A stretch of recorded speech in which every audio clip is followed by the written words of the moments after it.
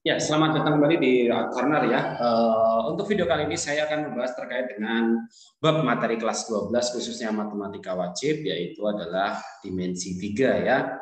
Oke, sebelum tak mulai tak siapkan dulu sebentar ya. Oke. Ya, untuk pembahasan kali ini terkait dengan matematika wajib khususnya dimensi 3 lebih banyak ke bab jarak dulu ya. Jadi yang pertama, ketika membahas yang namanya dimensi 3 nanti memang banyak materinya terkait dengan kubus ya. Lebih banyak kubus, walaupun faktanya nanti memang ada bab-bab lain, entah nanti prisma atau limas gitu ya.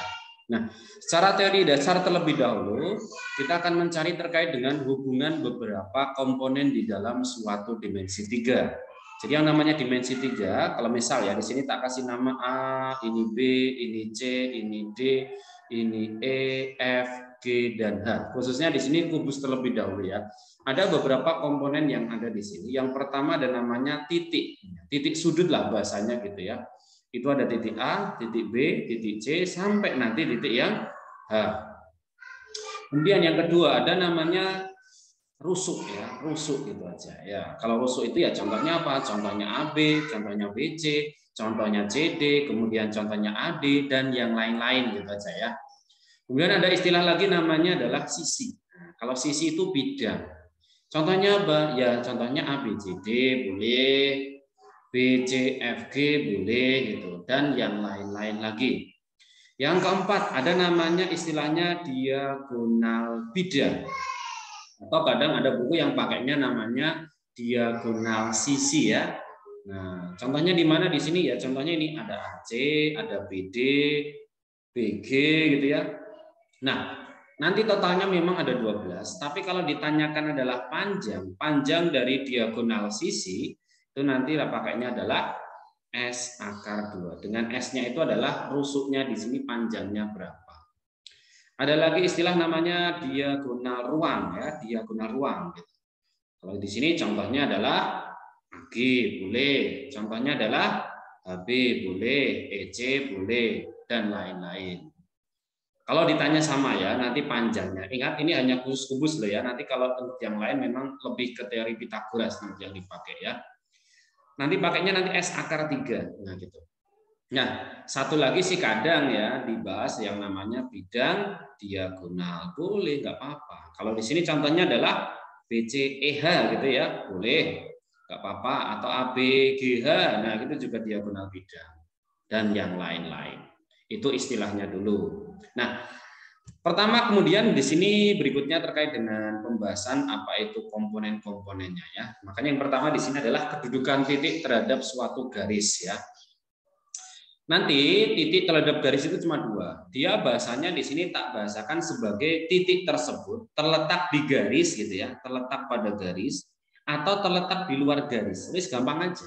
Kalau secara ilustrasi ya gini, kalau ini namanya apa? A-nya itu di luar garis. Tapi kalau misal di sini ada A gitu ya, berarti A-nya terletak pada garis. Nah, cuma itu istilahnya.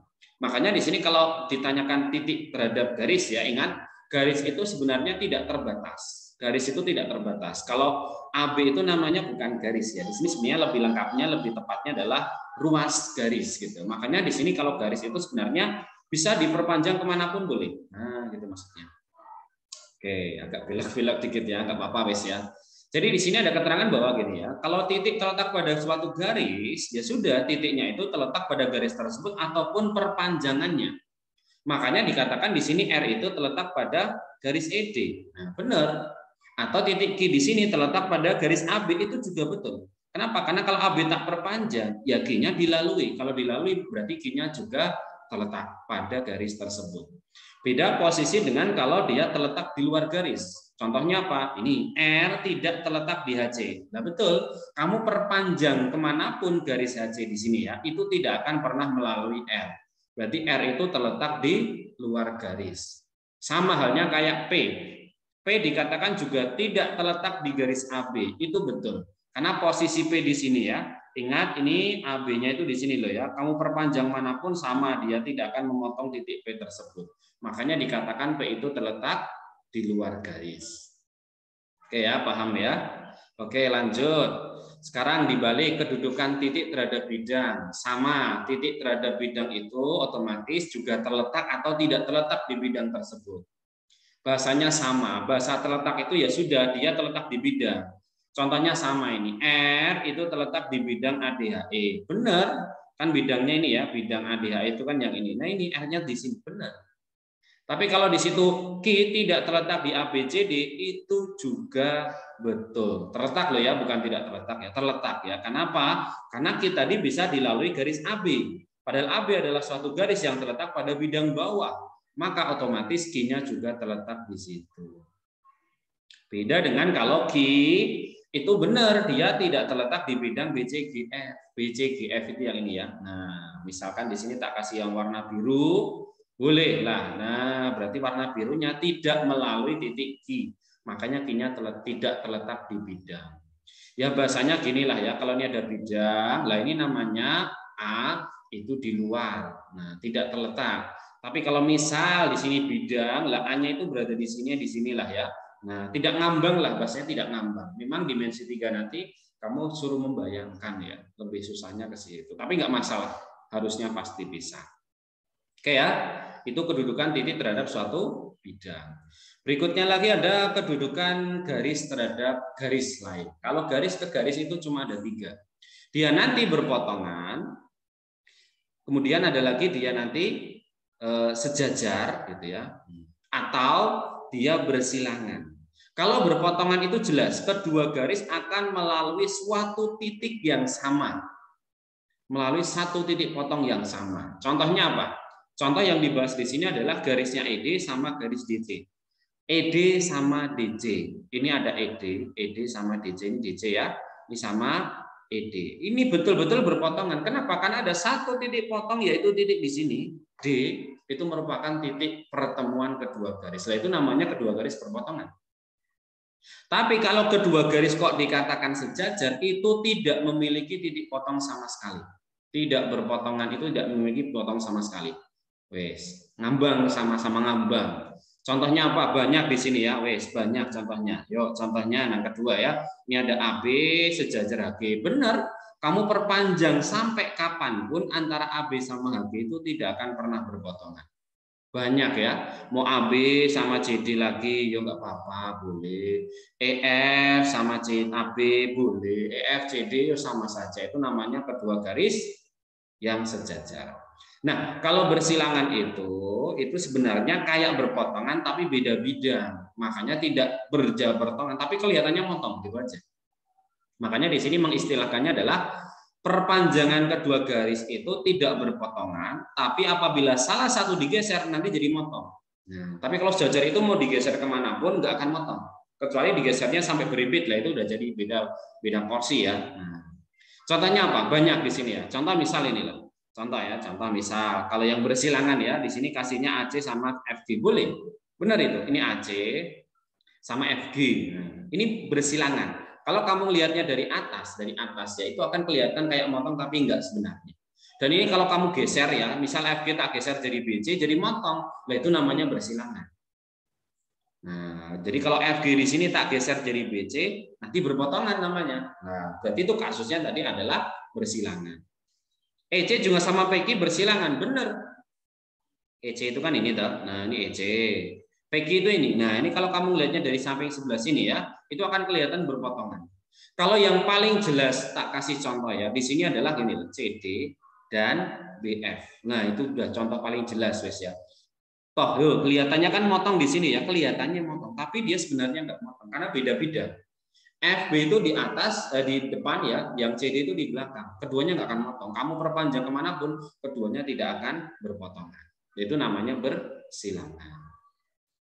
Ada lagi hubungan garis terhadap bidang. Kalau garis terhadap bidang itu nanti juga ada beberapa. Yang pertama, garisnya terletak pada bidang. Bahasa terletak itu ya sudah garisnya terletak bidang tersebut. Banyak. Contoh ya, kalau bahasnya di sini ABCD boleh.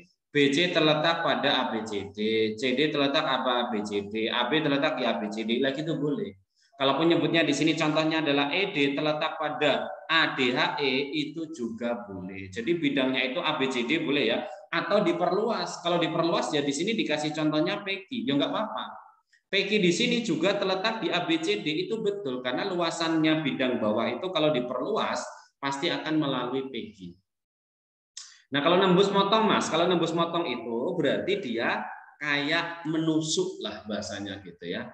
Banyak di sini contohnya. Sama ini. Contoh di situ ED ya, ED-nya. ED nembus atau motong bidang ABCD. Lah itu benar. Nah, nembusnya di D ini. Lah itu namanya nembus. Kalau nembus tegak lurus nanti juga ada loh ya. Di sini dibahas di contoh terakhir ini, nembus tegak lurus. Lah itu ada. Contohnya apa? Ya banyak. Di sini ada AE, nembus ABCD, boleh gitu. Kalau di sini contohnya apa? HG tegak lurus dengan BCGF ya boleh, nggak apa-apa. HG itu kan HG kan di sini toh loh. Nah ini tegak lurus terhadap bidang ini benar karena ini tegak lurus sebenarnya. Satu lagi ada yang sejajar. Kalau sejajar itu ya betul-betul antara garis dan bidang itu mau diperpanjang atau diperluas kemanapun tidak akan pernah motong. Contohnya apa Mas? Banyak. Wes. Kalau contoh yang tidak ada di sini ya, contohnya ini EF itu bersejajar dengan ABCD boleh. HC sejajar dengan ABFE boleh, nggak apa-apa. HC kan ini tuh HC loh, HC. Dengan apa? Dengan ABFE itu yang depan. Itu juga namanya sejajar. Gitu ya. Ya, secara teori nanti seperti itu. Contoh lagi apa Mas? Terakhir adalah kedudukan bidang dan bidang. Kalau bidang sama bidang itu cuma ada 3. Dia akan berimpit. Berimpit itu betul-betul nempel ya, nempel. Itu namanya berimpit. Contohnya apa? Ya contohnya banyak. Di sini misal kamu bahasnya bidangnya F, H, G gitu ya. Itu berimpit dengan bidang E, F, G, H. Itu betul. Karena dia salah satu potongan bidang yang terletak di bidang tersebut. Itu namanya berimpit. Kalau sejajar beda loh ya. Kalau sejajar itu dia nggak motong. Kalau berimpit itu sebenarnya motong. Wes. Lah Mas kalau misal kayak roti itu Mas, roti tawar dikasih satu nggak bisa. Lah itu kalau misalkan ya, kalau misalkan nggak nempel, ada selainya itu namanya sejajar. Tapi kalau betul-betul nempel itu namanya berimpit. Nah itu maksudnya. Pun berimpit itu betul-betul jadi satu, sebenarnya jadi satu. Kalau dikatakan misal roti tawar nggak pakai selai pun sebenarnya lebih cocoknya ke sejajaran. Sejajar ya. Berimpit itu betul-betul numpuk jadi satu lah. Itu namanya berimpit ya. Ya bahasanya pulpen sama isinya itu isinya berimpit itu aslinya ya. Nah, masuk gitu aja. Nah, kalau sejajar ya banyak, depan, belakang, samping kanan, samping kiri, atas, bawah itu semuanya sejajar. Kalau yang berpotongan itu ya berarti bidangnya betul-betul motong. Jadi dia nggak sejajar, nggak berimpit. Contohnya apa Mas? Banyak. Misal ya ini ada E, C, D. Lah boleh. Dia motong dengan A, B, C, D. Lah itu benar. Kalau garis antara garis bidang dan bidang itu hasil titik potongnya pasti ruas garis ya.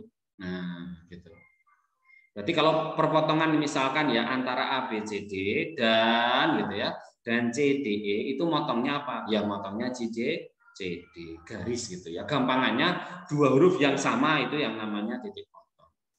Ya secara gambaran garis besar seperti itu. Cuma nanti untuk poinnya adalah sebenarnya yang dibahas di sini nanti poin terkait dengan 2 bab. Kalau di IPA itu ada jarak dan sudut, kalau IPS nanti khusus jarak saja.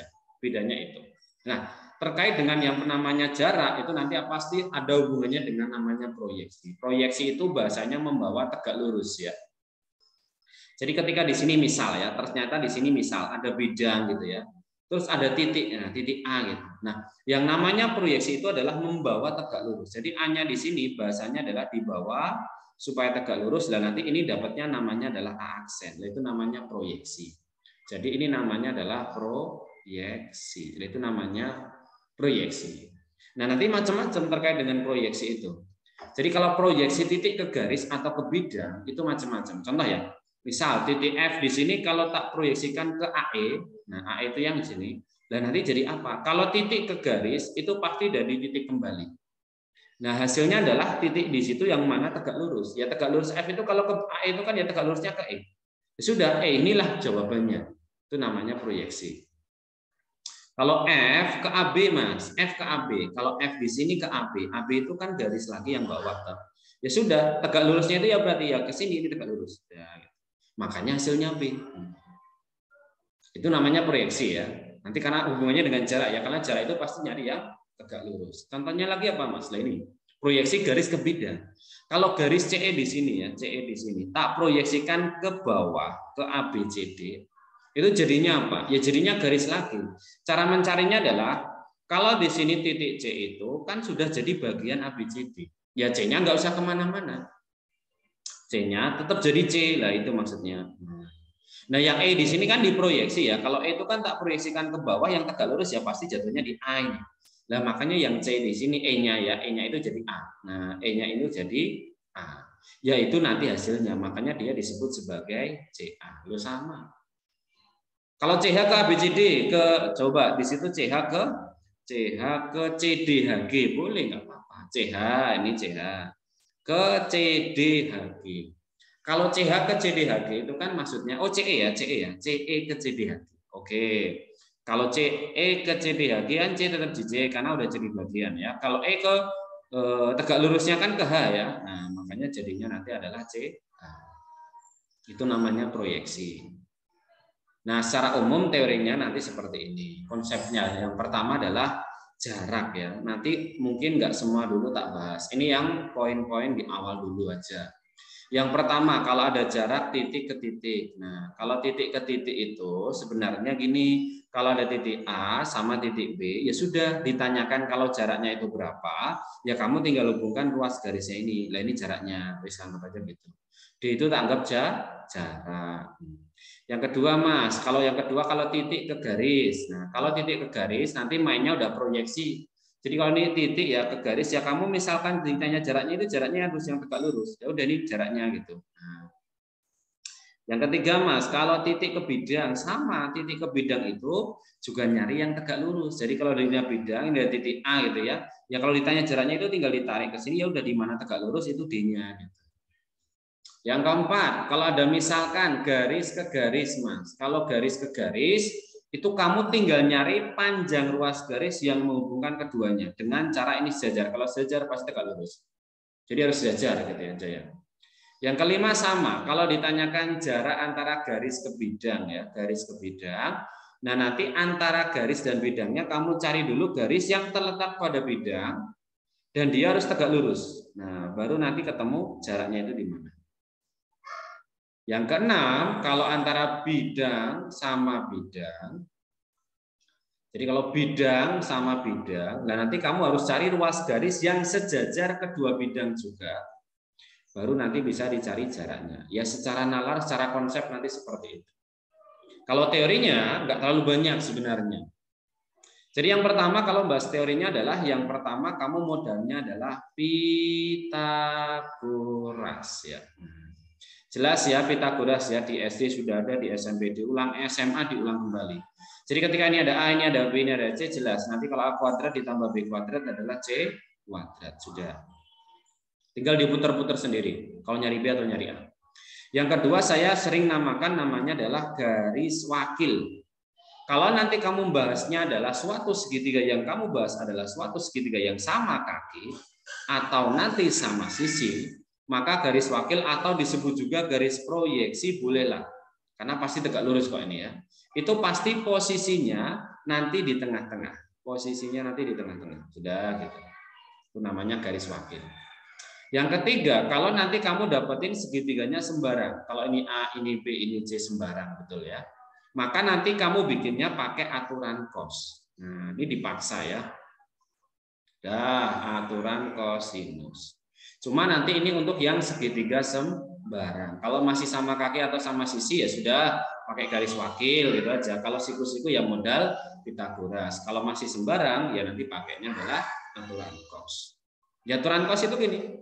Kalau ini A, ini B, ini C ya, ini misalkan alfa gitu ya. Yang lihatnya gini cos alfa. Yang ngapit kan apa? A, B, depan negatif dibagi 2 yang ngapit. Simpel sebenarnya. Kalau ini beta Mas, boleh. Berarti ini cos beta, ya nanti kan yang ngapit B sama C, depannya negatif dibagi 2 kali yang ngapit gitu. Udah, nggak perlu dihafal. Nah, untuk paket soal yang nanti akan saya bahas, nanti paketnya soal ini ya. Silakan nanti bisa di-download, di linknya nanti tak siapkan dulu, nggak apa-apa. Silakan bisa di-download, dicoba. Karena nanti untuk yang tak bahas ini nggak semuanya tak bahas. Biar kalian nanti juga nyoba. Kalau misalnya ada pertanyaan, bisa langsung komen di kolom komentar, silakan saja boleh. Oke, dari nomor pertama ya. Pernyataan mana yang tidak betul? Nyari yang salah berarti ya. Pertama, EG berpotongan dengan BCGF. EG ya, coba lihat EG. Nah, sama apa? Sama BCGF. Itu katanya berpotongan. Benar apa salah? Betul. Nah, BCGF itu yang ini loh ya. Ya, benar ini namanya berpotongan. Benar, berpotongan di mana di G? Nah, itu maksudnya. Lanjut nomor 2. Nomor 2 di situ ada AH sejajar BCGF. AH itu yang ini AH. Nah, sama BCGF katanya sejajar.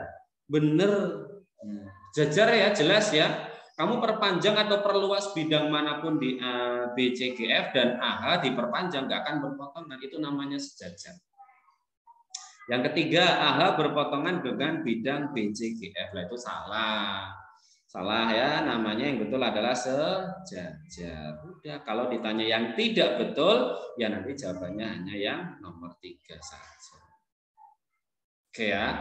Yuk lanjut lagi yang kedua. Coba ada kubus. Garis potong antara BCE dan ADH. Digambar dulu.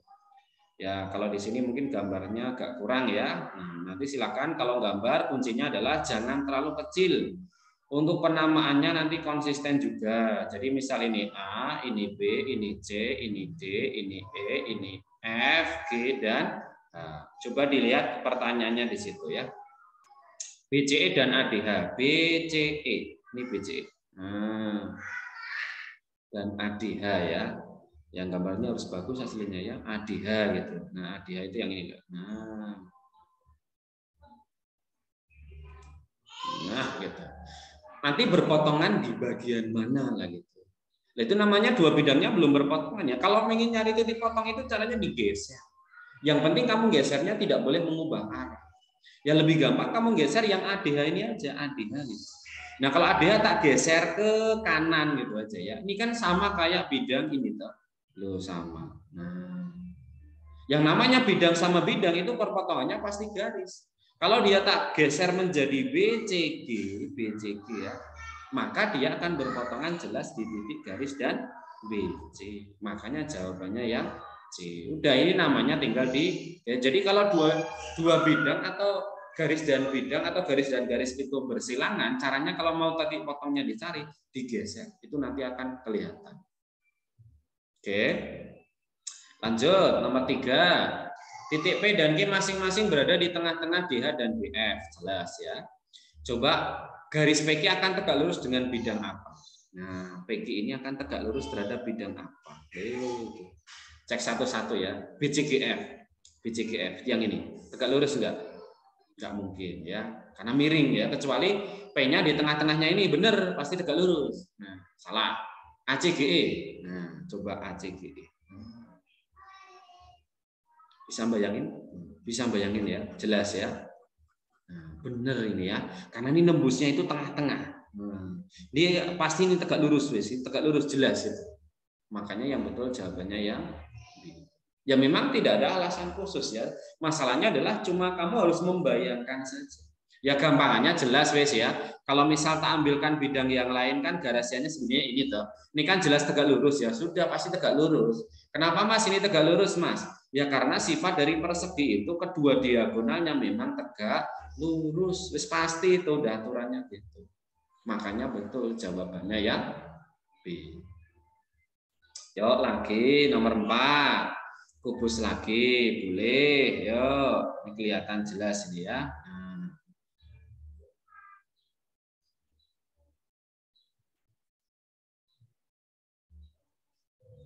Yuk kubus lagi ya. Ada A, B, C, D, kemudian ada E, F, G, dan H. Oke. O dan P terletak masing-masing di tengah FH dan FC. Loh, yang ditanya kok nggak ada O-nya ya? Yang ditanya FH dan FC. FH sama FC hubungannya apa? Ya jelas ya kalau pertanyaannya ini ya. Wis jelas ketemunya di F udah pasti namanya berpotongan. Yes. Gampang ya? Yuk lanjut 5, kubus lagi Mas. Boleh, yuk kubus lagi. Kubus lagi. Nah. Ada A, B, C, D, kemudian ada E, F, G, dan H. Jarak titik B ke E, F, G, H dinyatakan dalam bentuk ruas garis apa? Jarak B ke E, F, G, H. B itu yang di sini loh, B. Ke F, G itu yang atas. Jaraknya mana? Ya jaraknya otomatis yang sebelah sini ya. Wih jelas ya. Kenapa? Karena tegak lurus. Proyeksi itu loh. Ya sudah, jawabannya apa? Jawabannya adalah BF. Sudah selesai. Kalau teorinya seperti itu ya. Belum ngitung ya, belum ngitung yuk. Oh, lah ini contoh yang ngitung, wes. Yuk, semangat kalau contoh yang ngitung ya. Nah, yuk coba contoh yang ngitung kalau ini ya. Contoh yang ngitung. Yang ditanyakan di situ adalah kubus A, B, C, D, kemudian ada E, F, G, dan H. Itu kalau ditanyakan rusuknya 12, pertanyaannya adalah berapa jarak P ke C kalau P itu di tengah-tengah AE. Jadi ini ada P. Titik ke titik ya. Sekali lagi kalau ini titik ke titik kamu tinggal cari panjang ruas garis yang menghubungkan keduanya. Ya kalau ditanya jaraknya itu ini loh jaraknya. Jelas ini jaraknya itu. Nah, gitu aja. Kalau mengerjakan dimensi 3 itu yang pertama dibawa ke konsep nomor 1 dulu. Yaitu apa? Konsepnya adalah segitiga siku-siku. Dibuat segitiga siku-siku. Kalau tak bikin segitiga siku-siku, lampu-lampu. Nah, kalau tak bikin segitiga siku-siku, berarti di sini kamu dapat segitiga siku-siku berbentuk apa? Ini A, ini C, ini P gitu ya. Yang ditanya ini berapa kan gitu kan? Nah, kalau rusuknya itu 12, pakai konsep tadi, kalau dia bahasnya kubus, AC itu kan merupakan diagonal sisi. Ya namanya adalah 12 akar 2. Sedangkan AP itu kan separuh, karena P tadi tengah-tengah. Ya berarti jawabannya 6. Kalau ditanya T udah, kalau dia siku-siku modalnya Pitagoras. Pitagoras biasa. Ya tinggal 12 akar 2 kuadrat ditambah 6 kuadrat. Berarti akar 288 ditambah 36. Berarti akar 324 atau jadinya 18. Udah yang C gitu. Jadi kalau mengerjakan konsep yang pertama adalah harus dibawa ke dalam segitiga siku-siku. Kayak setan ya. Enggak apa-apa ya, yang penting suaranya kedengaran ya. Lanjut contoh lagi nomor 7. Nah, ada limas di situ, ada titik TABCD ya. Jarak T ke AB itu. Udah, TAB coba logikanya kamu bawa keluar gambarnya. Kalau TAB ya, coba lihat. Ini ada T, ini ada A, ini ada B. Ini 10, 13. Ini 13 wong sama limasnya beraturan ya. Nah ini kan berarti konsepnya ke nomor 2 tadi, yaitu dapat apa? Segitiga sama kaki. Kalau sama kaki itu udah tak katakan, udah jaraknya itu pasti tengah-tengah kok. Udah, wes itu T-nya selesai. Kamu pakai segitiga yang kanan boleh, yang kiri boleh, salah satu aja. Kalau tak bawa keluar salah satu, berarti ini ada anggap aja O gitu aja ya. Ini O, ini B, ya ini T besar. Ini T kecil, ini 13, yang ini 10. Sudah, yang ditanya ini berapa? Ya Pitagoras lagi. Berapa nilainya? Ya kalau di sini ada 13, loh Mas, ini kan separuh ya berarti bukan 10. Ya berarti 5 Mas. Oh betul. Gampang malah ya, table Pitagoras kalau ada 5, ada 13, pasangannya pasti 12. Wes enggak usah dihitung, jawabannya A. Selesai. Lanjut nomor 3. Yuk lagi. Ada 5 lagi ya, 5 lagi. Yo digambar dulu boleh, digambar dulu boleh. Nah. Yo digambar dulu ya. Ya, di sini ada 5 ya, 5 T, A, B, C dan D. Nah. Kalau misal rusuk yang bawah itu semuanya sama, itu 5 semua ya, 5 semua. Ada TB-nya 6, TB-nya 6. Berapa jarak T ke tengah-tengah alas? T ke bidang, titik ke bidang. Kalau titik ke bidang ya tinggal kamu nyari yang tegak lurus saja. Ya tegak lurusnya kalau dia beraturan pastinya di tengah-tengah. Anggap aja ini O, udah pasti jaraknya di situ. Usahakan kalau ngerjakan dibawa ke konsep nomor 1 dulu, yaitu apa? Yaitu dapat segitiga yang namanya siku-siku dulu. Nah, ya ini siku-siku gitu aja. Udah bawa keluar gambarnya. Berarti ini ada O, ini ada C, ini ada T, jelas ya, ini kan 6 gitu. Betul? Nah, kamu nyari apa? Nyari OC-nya ini. OC itu kan separuhnya AC ya. Ya kalau AC ini nilainya adalah 5 akar 2. Kayaknya nggak ada jawabannya ya. Pecahan ya kelihatannya. Tapi dihitung dulu aja nggak masalah. Artinya apa? OC-nya itu separuh. Berarti kalau separuh ya 5 per 2 akar. Kalau ini T yang ditanya, ini kan yang ditanya berapa? Ya sudah pakai Pitagoras lagi. 6 kuadrat min 5 per 2 akar 2 kuadrat. Berarti akar 36 min 50 per 4. Betul ya? Berarti akar dari bawahnya tak bikin 4 kan jadi 144 dikurangi 50. Berarti akar dari 94 per 4. Betul ya? 44. Ya wis, memang enggak ada jawabannya berarti ya. Berarti kan ini akar 47 ya per 2 gitu. Oh, berarti memang tidak ada jawabannya. Nah, nggak apa-apa. Nah, saya juga belum ngecek ya, tinggal saya cuma comot-comot soal saja, wis nggak masalah. Nanti silakan dihitung lagi kalau mungkin ada yang salah itu, tapi sepertinya udah betul ya. Ini 6, 5 per 2 akar 2, 6 kuadrat min 5 per 2 akar 2, 25 kali 2, 50 per 4. Oke, kayaknya udah betul deh. Nah. Yuk lanjut lagi, nomor 9.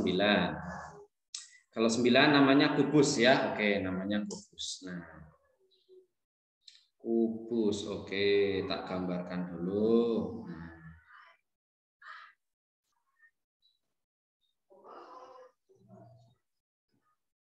Ada A, B, C, D, kemudian ada E, F, G, dan H. B ke DE itu panjangnya berapa? B ke DE ya, B ke DE. Oke, di sini ada titik B itu. Nah, ke DE, DE-nya itu ini. Nah, gitu. Ya jarak titik ke garis. Kalau titik garis ya kamu tinggal tarik dari titik tegak lurus saja ke situ. Ya udah ditariknya aja ke sini. Nah, gitu aja. Ini berapa gitu aja sebenarnya. Ya T ini hubungkan ke D, ini hubungkan ke E, itu ya gambarnya agak aneh dikit ya, tak apa-apa wes. Nah, makanya di sini kalau udah dapat sketsa kira-kira dapat dibawa keluar aja, nggak apa-apa. Berarti ini ada B, anggap aja gitu, ini ada E, ini ada D gitu. Nah, jaraknya ini ke sini, cuma nggak tahu di mananya, belum kelihatan. Kecuali dicek semua rusuknya. Kalau ini 4, berarti kan BD 4 akar 2, ED 4 akar 2, BE 4 akar 2. Lah kalau ini baru kelihatan ternyata sama sisi. Kalau masih sih berarti T-nya pasti tengah-tengah. Kalau tengah-tengah berarti pakai Pitagoras. Kenapa? Karena modelnya sama kaki. Berarti ini 4 akar 2 kuadrat dikurangi separuhnya 4 akar 2 ini ya. Ya berarti 2 akar 2 kuadrat. Jadinya kan 16 kali 2 32, 4 kali 2 8 ya akar 20. Boleh ditulis 4 kali 6 atau 2 akar 6. Oh, jawabannya yang C. Jadi dapat sketsa dibawa keluar saja ya. Mungkin mau maaf sedikit karena tulisannya agak jelek ya, nggak apa-apa. Yuk lanjut lagi nomor 10. Yuk kubus lagi boleh. Yuk gambar lagi kubus Mas, boleh.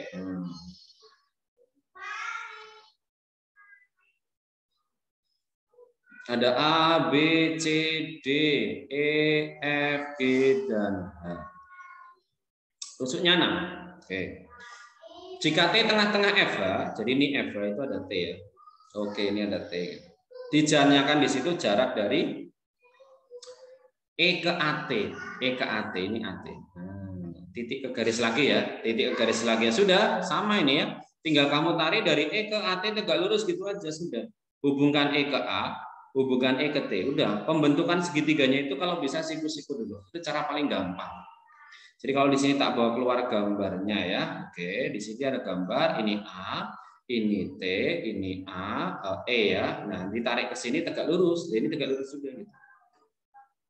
Kalau rusuknya itu 6, jelas ya. Berarti ini 6. Yang ini separuh diagonal sisi, makanya 3 akar 2. Kan kalau dari E ke G diagonal sisi ya, 6 akar 2. Ya ini separuh gitu. Maka cari miring dulu, nyari AT dulu. 6 kuadrat ditambah 3 akar 2 kuadrat. Berarti 36 ditambah 18. Akar 54 Mas. Atau 9 kali 6. Ya 3 akar 6. Nah ini ada kunci kalau kamu dapetin gambar yang dia siku-siku terus siku-siku lagi ya. Ini kan siku-siku terus siku-siku lagi. Nah saya lebih suka menyebutnya gini. Yaitu ring. Nah, siku-siku kali siku-siku dibagi sisi miring gitu. Nah, ini siku-siku yang mana? Ini siku-siku, yang ini sisi miring. Nah, berarti ini 6 dikali 3 akar 2 dibagi 3 akar 6. Udah, ini coret boleh. Ini dicoret lagi, Mas, boleh jadi akar 3. Ya berarti 6 per akar 3. Kalau pengen rasional ya dikali akar 3. Makanya 6 per 3 akar 3 atau 2 akar 3. Oh, jawabannya yang B. Nah, gitu. Atau terlalu cepat ya, mungkin bisa nanti videonya silahkan dilihat untuk berulang-ulang juga nggak masalah, boleh-boleh saja. Oke, mungkin contoh satu lagi ya, kita ambilkan yang nggak kubus ada nggak ya ini? Kita kubus semua. Oh, ini contoh yang nggak kubus, guys. Nah, ditanya jarak garis BD ke garis TC gitu ya. Oke, ya boleh dibawa gambar dulu. Nanti sisanya silakan dicoba saja. Kalau nanti ada pertanyaan silakan komen di kolom komentar juga boleh, nggak apa-apa. Silakan saja boleh. Nanti pasti tak jawab, nggak usah khawatir ya. Ada T, A, B, C, dan D. Nah, ditanyakan kalau rusuk yang bawah itu 6 akar 2, tegaknya itu 10, ditanya jarak garis BD ke TC. Jarak garis ke garis ya ini ya. BD itu yang ini, ya TC-nya itu ini. Udah, jarak paling dekat di sini kebetulan ngambil yang tengah ya, tengah-tengah di sini gitu. Nah, kamu tinggal tarik ke sana aja. Udah, tarik ke sana tegak lurus. Sudah, itu pertanyaannya. Selesai ini. Hubungkan T ke anggap aja O sama O ke C. Udah dapat sketsa di bawah keluar. Boleh, nggak apa-apa. Jadi ini ada O, ada C, ada T besar, tarik ke sana, tegak lurus. Ini pertanyaan. Ini jelas 10 ya. Kalau AC berapa, Mas? AC itu ya namanya S akar 2. Berarti 6 akar 2 kali akar 2. Berarti dapat 12. Oh, berarti ini 6. Kenapa? Karena separuh. Berarti kalau ini 6, ini 10, ya berarti ini 8. Pitagoras ya. Maka T-nya pakai apa? Ya pakai yang tadi, ring gitu. Siku-siku 8, siku-siku 6, miring 10. Ya 48 per 10. Jadinya 4,8. Oh, jawabannya ya D. Gitu ya. Silakan ini untuk pakai pertama, itu ada 15 nomor. Untuk sisanya silakan bisa dicoba nomor 15, nomor 13, dan nomor 12 dan 11. Silakan bisa dicoba dulu latihan di rumah. Kalau ada pertanyaan silakan bisa ditanyakan di kolom komentar juga boleh. Nanti sekali waktu akan saya buatkan grup di Telegram atau nanti di grup WA. Sekalian nanti untuk tanya jawab juga boleh, nggak apa-apa. Sekian dulu dari saya. Semoga yang tak sampaikan bermanfaat. Kalau misalkan nanti berminat, silakan bisa di-request materi apa yang pengen dicoba. Silakan. Jangan lupa juga untuk subscribe dan share video ini ketika memang dianggap bermanfaat. Terima kasih. Sampai jumpa kembali.